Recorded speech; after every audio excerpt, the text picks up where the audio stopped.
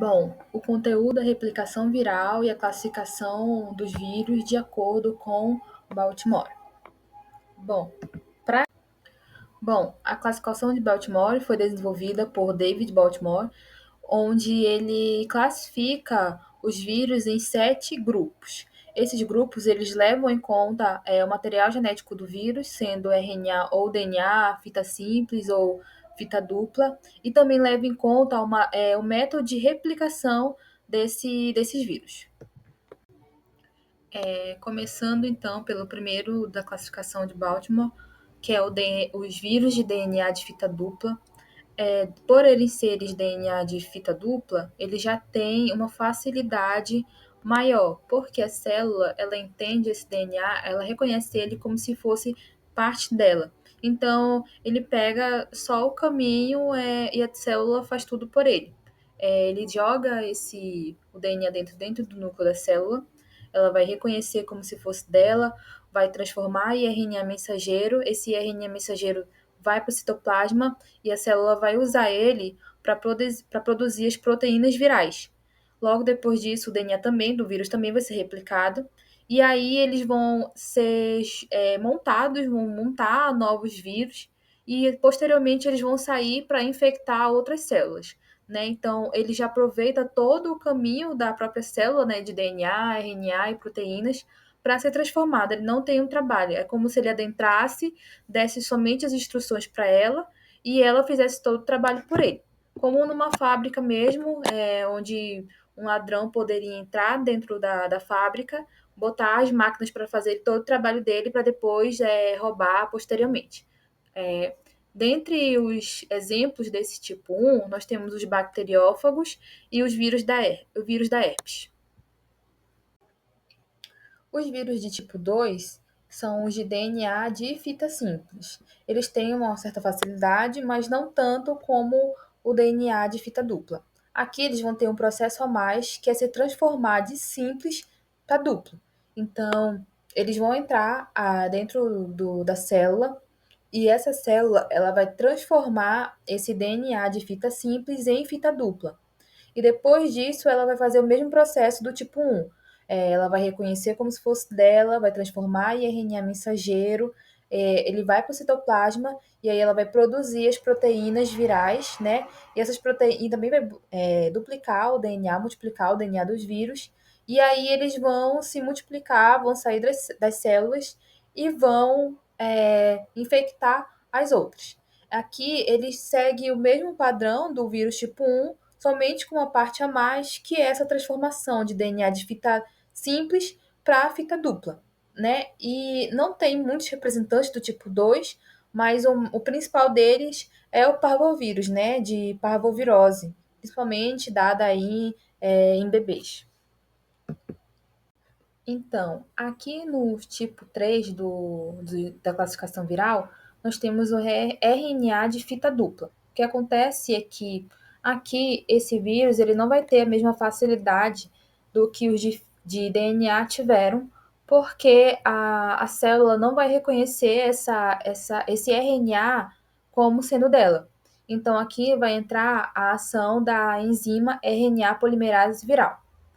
Aqui acontece no processo de desnudamento da replicação viral no geral, que no processo de desnudamento, esse vírus ele vai ser parcialmente desnudado, né? O capsídeo dele vai ficar semi-intacto para poder esse capsídeo, junto com a RNA polimerase, transformar esse RNA dupla fita em RNA mensageiro.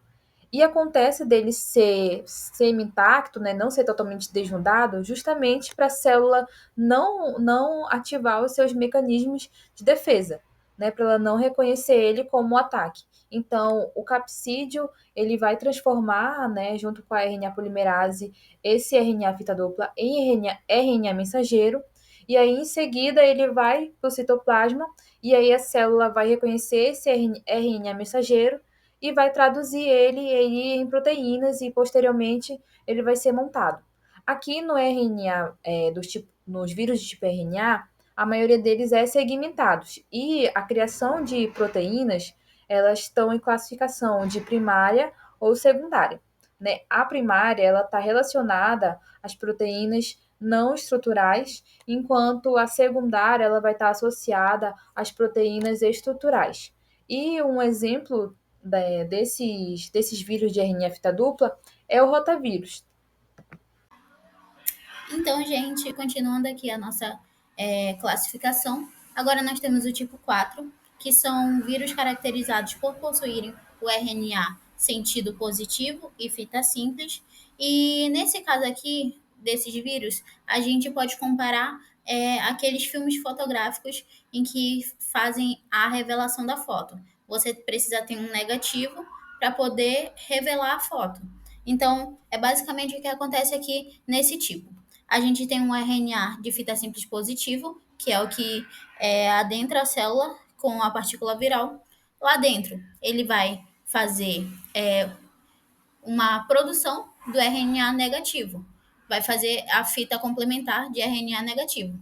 E aí, a partir dessa fita de RNA negativo, a gente consegue fazer a síntese do RNA mensageiro, que vai ser ali utilizado para fazer o processo de tradução em proteínas. Nesse, nesse tipo, a gente tem como principais exemplos o vírus da dengue e o coronavírus, que fazem esse tipo de replicação.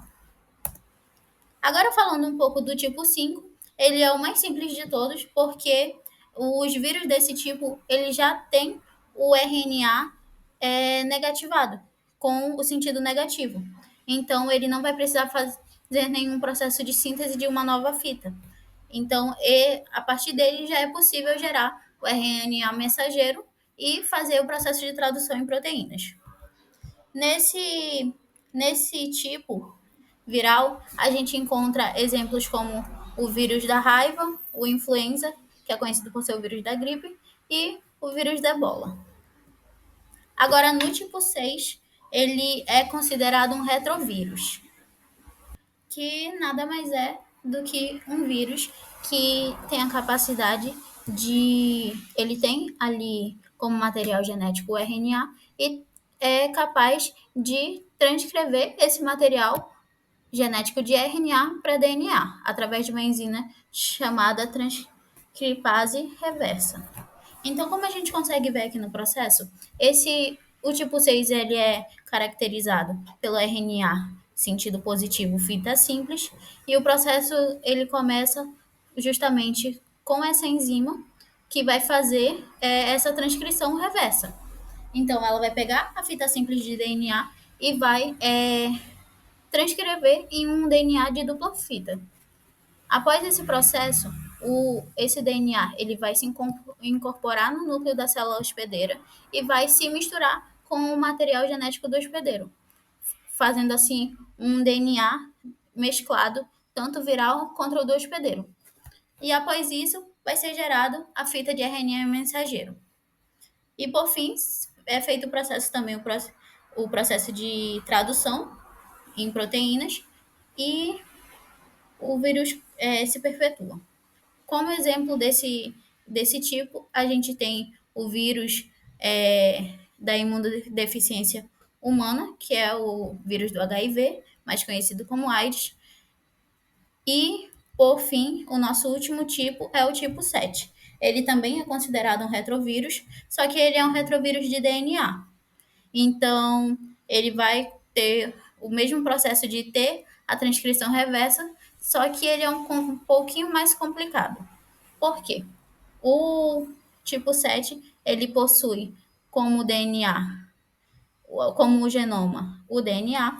Então, a partir desse processo, ele vai fazer ele vai transformar o DNA no RNA, que é o processo de transcrição, e após gerar essa fita simples de DNA, de RNA, ele vai fazer a transcrição reversa, transformando a fita de RNA em DNA de novo.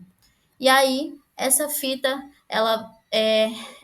dupla, aí sim, ela vai conseguir ser transformada em RNA mensageiro e, por fim, ser feito o processo de tradução em proteína. E como um exemplo desse tipo é o vírus da hepatite B. Então, por fim, vamos para o nosso resumo geral. Então, a gente conseguiu aprender que o vírus ele vai utilizar ali do maquinário celular, dos ribossomos para fazer a produção das suas partículas virais, para poder fazer a sua montagem viral e replicação. A gente também aprendeu que para a replicação é necessário o processo de transcrição e tradução do genoma e que eles são classificados em 7 tipos diferentes. Aí na imagem, a imagem completa a gente consegue ver que os tipo 1 e o tipo 2 são genomas de DNA, o tipo 3, 4 e 5 são genomas de RNA e os tipos 6 e 7 são considerados retrovírus. É isso, pessoal.